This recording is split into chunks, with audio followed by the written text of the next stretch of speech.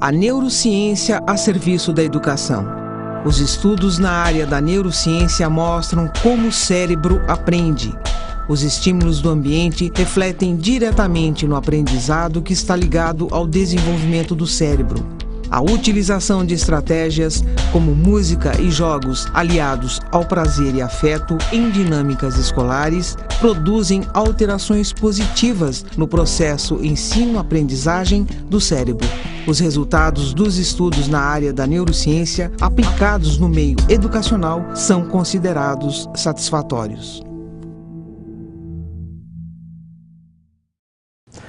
Olá! Estamos iniciando o programa Ponto de Encontro, hoje com o desafio de mostrar as possibilidades de interação entre professor e aluno com o conhecimento da neurociência para a construção de uma aprendizagem ideal.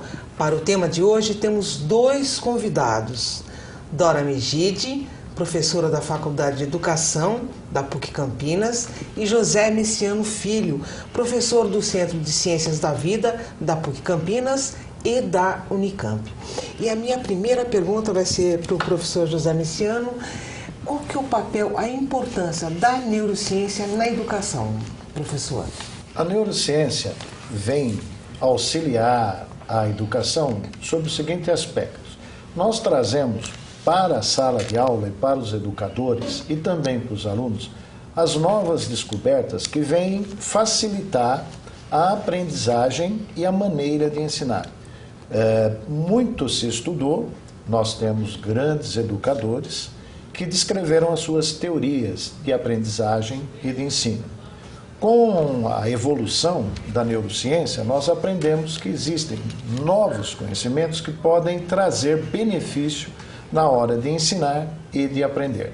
A neurociência não deseja ser uma nova disciplina dentro de uma escola, mas ela quer trazer o novo conhecimento para colaborar com o professor e com os alunos na sua aprendizagem. Só para a gente entender um pouquinho melhor, na verdade a neurociência ela consegue identificar as outras várias formas de aprendizado? Isso. Ou de ensinar?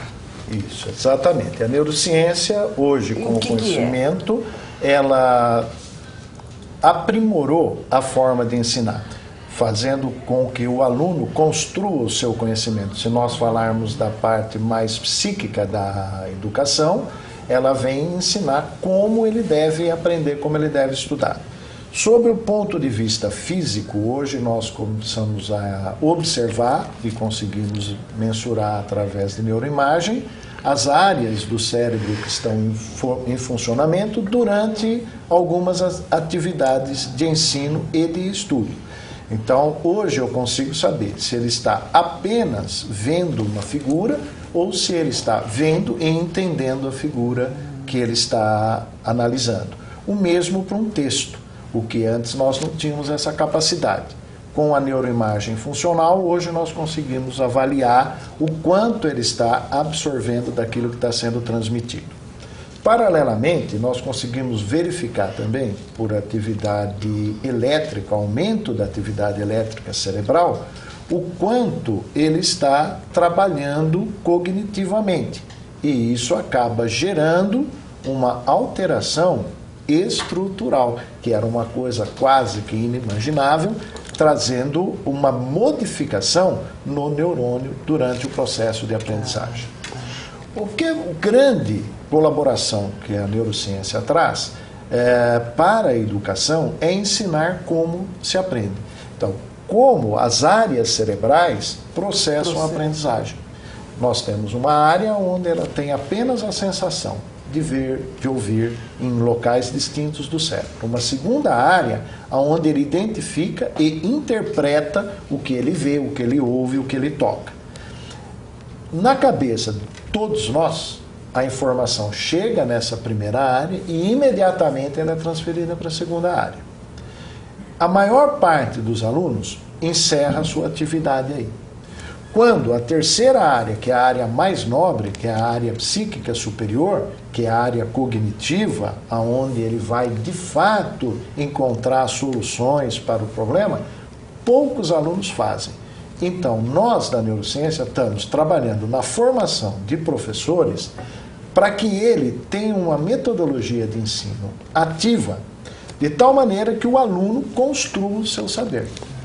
Eu costumo citar uma frase do Vygotsky, que ele diz: palavras sem sentido não são palavras.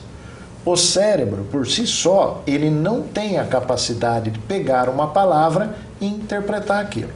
Então, quando nós fazemos o treinamento, a capacitação dos docentes da rede pública ou da rede particular, nós enfatizamos isso, que o aluno está vendo aquela palavra pela primeira vez. E é muito importante que o professor dê o significado, pelo menos nos primeiros meses, até que a mecânica ele vá aprendendo a buscar. Através do prefixo, do sufixo, ele vai enriquecendo. Então, o aluno, com o tempo, ele começa a descobrir a palavra, o seu significado. E aí tudo faz sentido, tudo fica mais claro para o cérebro. Eu vou dar um exemplo que é muito engraçado. Eu vou usar 2. Quando eu digo assim, a criança é anencéfala. Então o aluno fala: o que é anencéfalo? E o professor define: anencéfalo é aquele que não tem o encéfalo. Então ele escreveu no caderno. Tá bom. Mas ele aprendeu? Não, porque isso não foi traduzido em imagem para ele.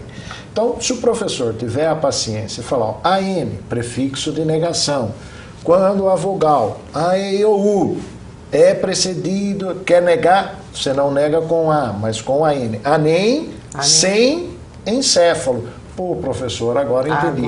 Encefalon, dentro do cérebro. Isso é uma mecânica que parece, né, na primeira vista, quando a gente faz a capacitação, os professores falam: nossa, mas vai dar muito trabalho. Dá. Primeiro, segundo mês. Terceiro. Depois não dá. Desde que tenha sequência nas demais séries da escola. Então esse é um exemplo bem clássico que a gente pode deixar. O cérebro precisa saber. Alguém tem que falar para ele o que é aquilo. Ele não tem a capacidade de pegar a palavra e captar. Ele não tem. Então isso são coisas que a gente traz. E para o professor, muitas vezes a gente pergunta: onde está o conhecimento? O conhecimento é químico. Tá no cérebro, tá. Mas em que lugar? No neurônio, tá. Mas como? Ele é químico. Tudo que nós aprendemos está ligado exatamente a moléculas, a produção de moléculas que vão gravando essas informações. Por isso que a alimentação é bastante importante. Desde o período intrauterino, não é? Que a mãe se alimentando bem já garante uma boa formação ou a base da formação dos neurônios, e pós-natal, quando ele também tem uma boa alimentação. E o uso da droga durante a gestação, o uso do álcool durante a gestação, vem trazer prejuízo para essa criança. Então nós só queremos colaborar, trazendo a nova metodologia, o novo conhecimento, para o professor dar uma aula mais interativa, de uma atividade onde o aluno constrói o seu conhecimento. E aí despertar o interesse por estudar. Deixa eu ver com a professora Dora agora. Professora Dora, na prática, na verdade, como que isso já chegou até vocês? Como que esses conhecimentos da neurociência são trabalhados? Se é que são. Primeiramente, assim, eu penso que ainda é uma área que está pouco divulgada, né, entre os educadores, entre aqueles que estão atuando mesmo nas escolas, na sala de aula. Tem existido uma procura mais recente, né, maior, no sentido de investigar, sobretudo, as questões de como que as crianças, os jovens, como que as pessoas aprendem.